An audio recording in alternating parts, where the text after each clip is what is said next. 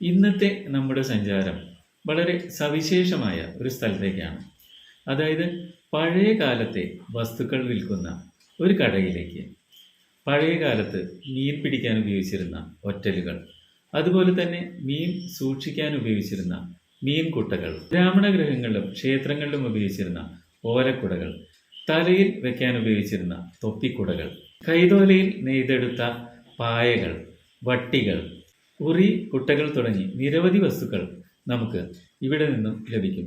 ദൂരസ്ഥലങ്ങളിൽ നിന്ന് പോലും ആളുകൾ ഇവിടെ എത്തുന്നു. ഈ കടയുടെ ലൊക്കേഷൻ കൊടുങ്ങല്ലൂർ ചാവക്കാട് റൂട്ടിൽ പുതിയ കാവ് എന്ന സ്ഥലത്താണ്. കടയുടെ പേര് MK സ്റ്റോഴ്സ് എന്നാണ്. അതായത് കൊടുങ്ങല്ലൂരിൽ നിന്നും ഏകദേശം 10 കിലോമീറ്റർ അകലെയും ഗുരുവായൂരിൽ നിന്നും ഏകദേശം 40 കിലോമീറ്റർ അകലെയുമാണ് ഈ കടയുടെ സ്ഥാനം. ഇവിടുത്തെ സവിശേഷമായ കാഴ്ചകളിലേക്കും വിശേഷങ്ങളിലേക്കും നമുക്ക് പോകാം. ഈ കടയെ പറ്റിയിട്ടും ഇതിൻ്റെ പ്രത്യേകതകളെ പറ്റിയിട്ടും ഒന്ന് പറയും. ഞങ്ങളുടെ കട ഈ 80 വർഷത്തോളമായി തുടങ്ങിയിട്ടുണ്ട്.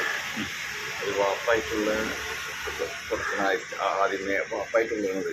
അതെ. പിന്നീട് ഇത് ഞാനും വാപ്പയാണ് ചെയ്തിരുന്നത്. വാപ്പയുടെ മരണശേഷം ഞാൻ തന്നെ ആയി ഇതിൽ. ശരി. ഏകദേശം 80 വർഷത്തിന് മേലായിട്ടുണ്ട്. ഇപ്പം ഞങ്ങളുടെ കട പ്രത്യേകിച്ച് ഇവിടെ കിട്ടാത്ത സാധനങ്ങളും വളരെ ചുരുക്കമുള്ളൂ.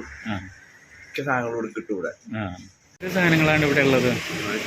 പഴയ ആദ്യമേ ഉള്ള സാധനങ്ങൾ വെച്ചാൽ ഞങ്ങൾ ചട്ടമുറങ്ങൾ, അതുപോലെ ഒറ്റലുകൾ, കുറ്റികൾ, മീൻ പിടിക്കണ, പിന്നെ വലകള്, പിന്നെ അതേപോലെ ചട്ടക്കൈലുകൾ, പിന്നെ അതുപോലെ മൺപാത്രങ്ങൾ. അതിന് മൺപാത്രങ്ങളും ചട്ടക്കൈലും മെയിനായിട്ട് കൊട്ടകള്. അത് അന്നേ ഉള്ളതാണ് ഇപ്പോഴും.